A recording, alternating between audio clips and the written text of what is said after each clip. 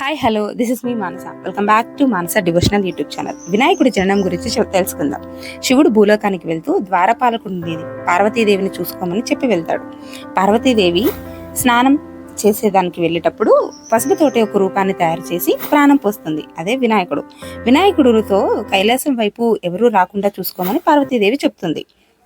అటుగా వస్తున్న శివుణ్ణి చూసి వినాయకుడు రావద్దు అని చెప్పేసి హెచ్చరిస్తాడు. అప్పుడు శివుడు వినాయకుడు మాయాశక్తి ఏమో అనుకొని త్రిశూలంతో వినాయకుడు తలని నరికివేస్తాడు.